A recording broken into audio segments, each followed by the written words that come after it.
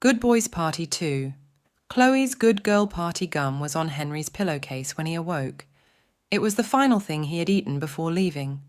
Henry grinned as he remembered all the crazy moves he had done on the dance floor. The party had been a blast, and if you asked who the best dancer was, Henry would answer with a sly grin that it was him. Henry and Chloe were cousins and did about everything together. Henry was older, but Chloe knew how to keep up with him. Henry had been to both Katie's and Chloe's good girl party.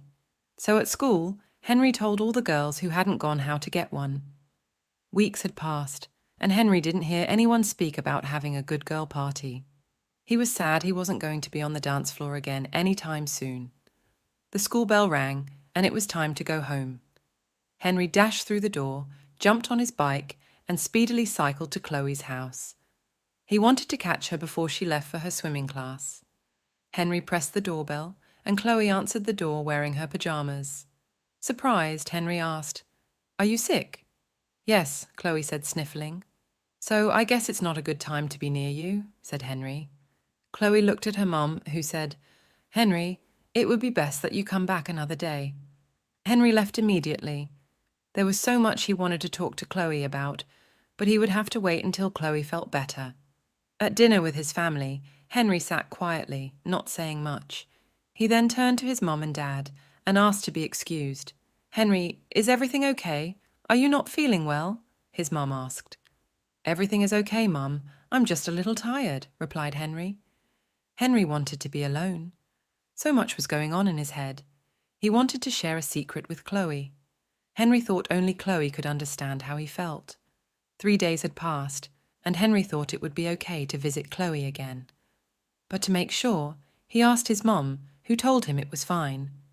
So he cycled to Chloe's house, humming a song as he went. This time, he found Chloe outside watering the plants. "Chloe!" he shouted. "You look better." "I feel better," said Chloe, smiling. "Chloe, can boys have a good girl party?" "Wait, is there such a thing as a good boy party?" Henry asked. Chloe laughed loudly. Henry frowned, disappointed about Chloe's reaction to his question. Henry felt like his world was over. Chloe was the last person he expected to laugh at him. "Oh, Henry, you don't have to explain what you just said. I know what you were trying to say, but it did sound funny. I've never heard of a good boy party, but I don't see why you can't have one. You might be the first boy to have one." "That's cool," answered Chloe. "I don't want to be laughed at if it's only for girls. I do want to have one, but I'm scared to ask my parents," said Henry. Chloe was surprised that her cousin, who she always looked up to, was acting this way. She knew he would get a good boy party faster than she did because he was already doing well in school and would always help around the house. He also volunteered at the dog shelter and was always the first to volunteer if anyone needed his help. He was the best big cousin ever. "Have you told anyone that you want to have a good boy party?" Chloe asked. "Yes, I told my brother. He laughed at me and asked me if I would be putting on a pink dress too," Henry said sadly. Chloe realized why Henry was so sensitive about the topic. "That was mean, and I am so sorry. We are going to show your brother that boys can have a good boy party too." "Go ask your parents," said Chloe, confidently. On his way home, Henry felt better. After speaking to Chloe, he felt he was ready to ask his parents if he could have a good boy party. Henry knew he might have a slight problem since he had never heard of such a party, and his parents would point that out. That night at the dinner table, Henry was worrying about what his parents would say. But he asked anyway, "Mum, Dad, can I have a good boy party?" "What's that?" his dad asked. "It's a boy's version of Chloe's party," Henry's mum answered. Henry was shocked. His mum knew exactly what he wanted. Henry's brother chuckled. "Why did you make that silly giggle?" asked Henry's dad. "Because it's a party for girls," answered Henry's brother. "No, it's not only for girls. It's for any child who does great in school and regularly helps their parents and others. Henry is a great candidate and deserves a good boy party. As for your brother, he will not be having one any time soon," said his mum. Henry was so glad that he forgot he was having dinner and jumped out of his chair and started dancing, knocking down his glass of water.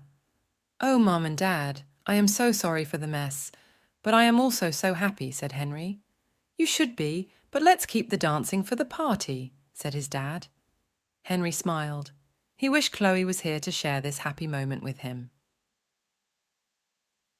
The next morning, Henry got on his bike and started pedaling toward Chloe's house.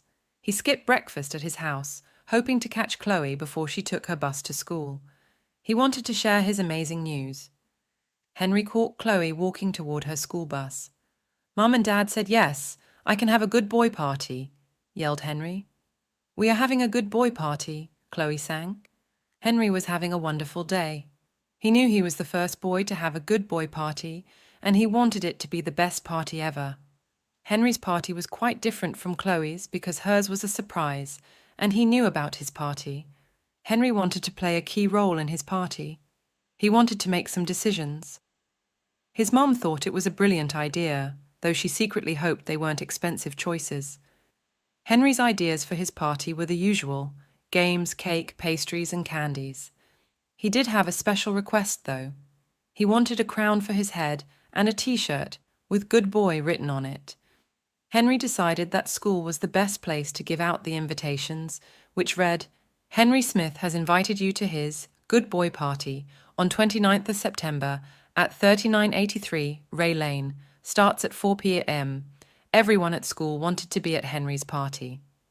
It was the first time his classmates had heard about a Good Boy party, and they wanted to see what it was all about. The day that Henry had eagerly anticipated was here.